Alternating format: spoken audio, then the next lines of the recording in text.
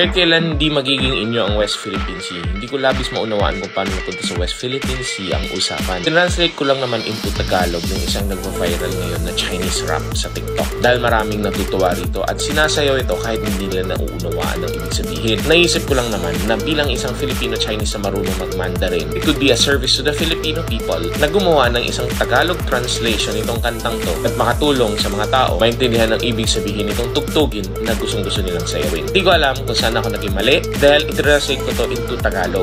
Ang target audience ko ay Filipino. Ang tinutulungan kong makaintindi ay ang mga Filipino, hindi yung mga Chinese. Hindi ko alam kung saan nanggagaling yung sama ng loob nitong message na to dahil ba sa maraming natutuwa sa isang Chinese na rap? Kung ganun ang dahilan, hindi ba napaka-racist nito? Di naman kasi porket natutuwa ang isang tao sa isang Chinese song, ang loyalty niya ay lumipat na sa bansang China. Huwag naman puro hatred at negativity ang puso natin. Huwag natin pagsabungin ang mamamayan ng China at mamamayan ng Pilipinas na walang kinalaman dito sa issue ng West Philippine Sea. For all you know, there are more people who care less about this West Philippine Sea and only care about magkaroon ng payapang buhay, magandang hanap buhay o magandang negosyo, maayos sa pamilya, malulusog na anak, magandang tirahan, maayos na edukasyon para sa anak nila at mahabang buhay. Wala namang interesado sa giyera. Karamihan ang mas concerned dyan sa West Philippine Sea ay yung mga gobyerno at politiko. Hayaan natin ang gobyerno nating ayusin itong problema to. Suportahan natin sila at kung meron tayong magandang ideya at opinion, pwede natin to i-raise in the proper forum. Huwag yung nagkakatuwaan lang yung mga tao sumasayaw, bigla natin i-inject itong topic na to na walang kinalaman. Kasi napaka-KJ naman yun. Parang ayaw mo na sumasayaw yung mga tao dito sa kantang to. Yaman din lamang na napag-usapan ng issue na to. Gusto ko na rin ipaliwanag ano ba talaga ang estado ng Filipino-Chinese. Malaki ang pinagkaiba ng mainland Chinese sa Filipino-Chinese. Ang mainland Chinese, ang lahi nila ay Chinese, ang bansa nila ay China.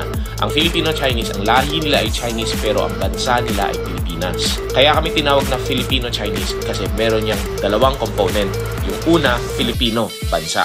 Yung pangalawa, Chinese, lahi. Yes, medyo complicated siya kasi yung isang tao nagkaroon ng dalawang component. Nagkaroon ng identification sa kanyang bansa at lahi. Pero kung wala kasi itong dalawang to, nagkakaroon talaga ng confusion. Ngayon nga natawag sa amin Filipino-Chinese marami pa rin nalilito. Kaya tinawag na Filipino-Chinese dahil ang bansa namin ay Pilipinas. Ibig sabihin, pinili namin ang bansa na Pilipinas kaysa sa China. May desisyon o may choice na nangyari. Ang lahi, hindi napipili yan. Wala kang choice. Kung ang tatay mo ay Koreano at ang nanay mo ay Chinese, ang lahi mo ay Korean-Chinese, wala ka ng choice. Hindi mo mabago yan.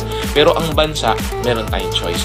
Pwede tayong pumili kung saan tayo maninirahan, kung saan natin gusto mag-migrate at saan natin gusto tumira. Bilang Filipino-Chinese, matagal na namin pinili ang Pilipinas. Pinili namin manirahan, lumaki, mag-aral, i-establish ang buhay, magtrabaho, gumawa ng negosyo, makipagsapalaran, magkaroon ng pamilya at i-establish ang legacy dito sa bansang Pilipinas. Hindi namin pinili ang China. Actually, wala nang kailangan patunayan ng mga Filipino-Chinese. Kung titingnan lang natin ang mga established Filipino-Chinese businessman at personality, mula noon hanggang ngayon, ang nirepresenta lang namin bansa ay ang bansang Pilipinas. Walang nagre-representa ng bansang China.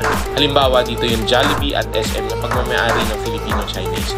Kahit nag-expand na sila sa China, Pilipinas pa rin ang nire-representa nila. Ang kanta ni Jose Marichan ay pambansang Christmas song ng Pilipinas. Si Ching Jiran ay pambansang wealth coach ng Pilipinas. Si EJ Obiena nakapapanalo pa lang sa Asian Games ng gold. Ang winawagayway niyang bandila ay walang iba kundi Pilipinas. At marami pang iba.